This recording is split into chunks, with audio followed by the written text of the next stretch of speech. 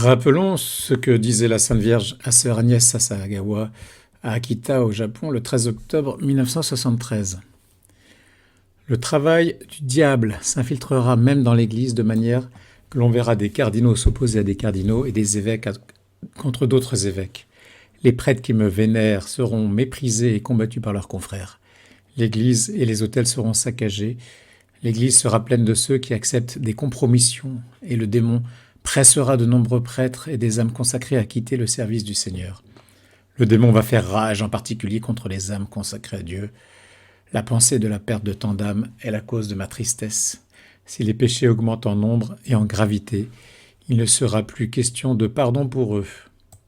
Le travail du diable dans l'Église sera donc le multiple afin de la détruire. Il en fera sortir les âmes consacrées et celles qui resteront dans l'Église, il s'arrangera pour qu'elles se livrent une lutte fratricide de l'intérieur.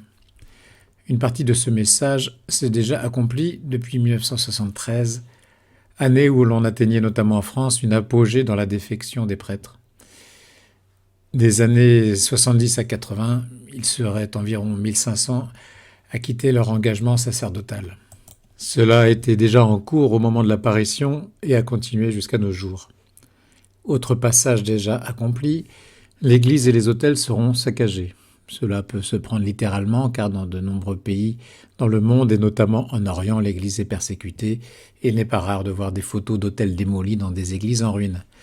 Mais cela peut s'entendre aussi dans un sens plus allégorique. Le saint sacrifice de la messe ne sera plus bien accompli ou sera opéré par des ministres qui n'ont plus le zèle, qui ne croient plus assez à la présence réelle de Jésus dans l'hostie, ou qui n'ont plus l'intention de faire ce que l'Église fait dans le sacrement de l'Eucharistie.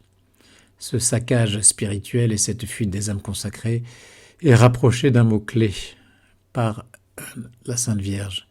Ce mot-clé du message à sœur Agnès est la compromission. Qu'est-ce que la compromission ?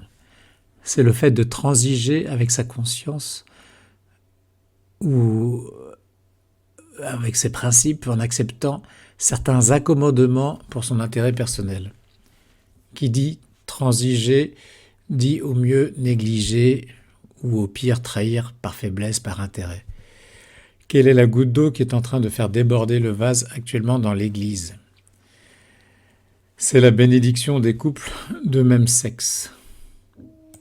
Voilà la grande compromission actuelle qui fait qu'aujourd'hui, on oppose des cardinaux à d'autres cardinaux et des évêques à d'autres évêques, et principalement les évêques allemands contre les évêques africains. Cette compromission est la continuité d'une autre compromission qui n'avait suscité la réaction que de 4 cardinaux au moment du chapitre 8 d'Amoris Laetitia,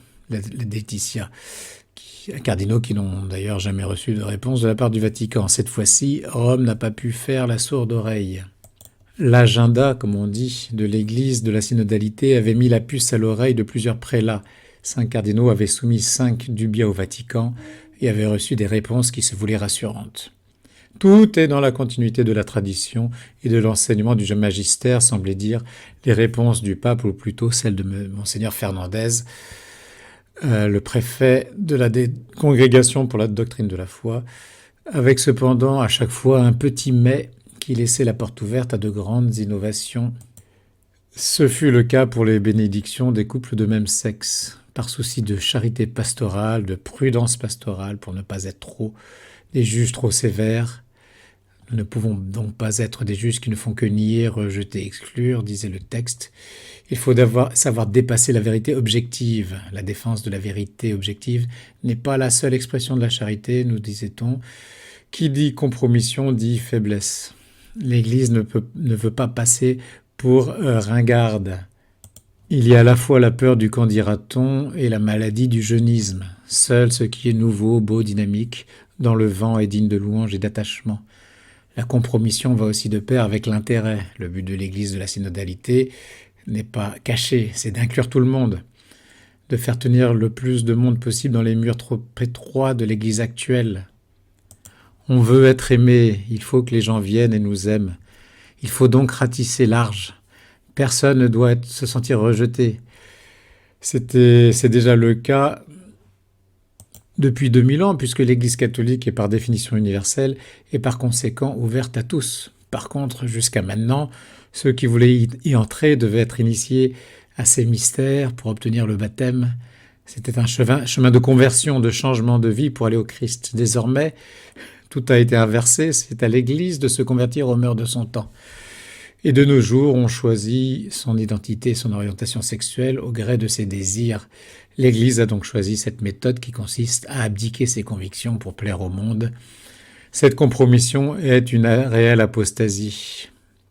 Pas étonnant que des cardinaux et des évêques réagissent, enfin, quand l'Église se compromet dans des matières aussi graves qui touchent à la racine même des sociétés, au mariage, aux lois saintes du décalogue. Le courroux divin n'est pas très loin. Ainsi, sans surprise, rapidement après, Rome sortait le document Fiducia Supplicans, et cette fois-ci, Monseigneur Fernandez ne cachait pas qu'il s'agissait de quelque chose de tout à fait nouveau dans l'Église. Nous sommes bien dans une révolution de l'Église, un changement.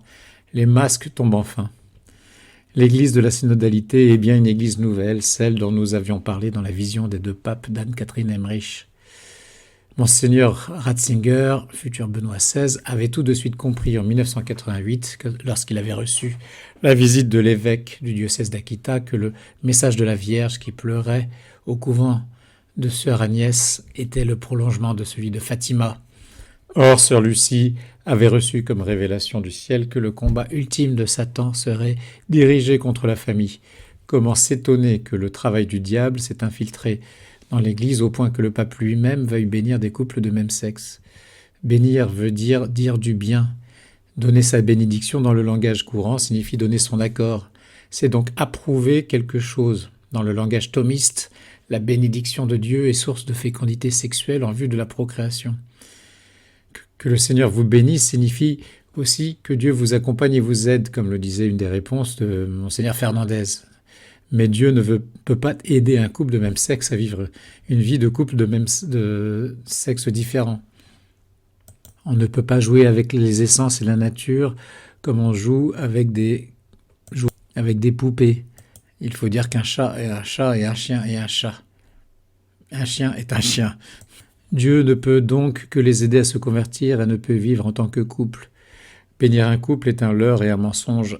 C'est faire croire à une approbation et un encouragement de la part de l'Église qui ne peut pas exister si elle veut rester fidèle à son maître et à son sauveur.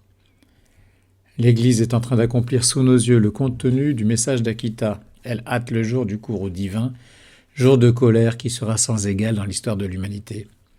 Il reste à savoir à quel niveau le ciel aura fixé le seuil de tolérance pour les péchés qui augmentent en nombre et en gravité, après lequel seuil il ne sera plus question de pardon pour eux, c'est-à-dire pour les pécheurs.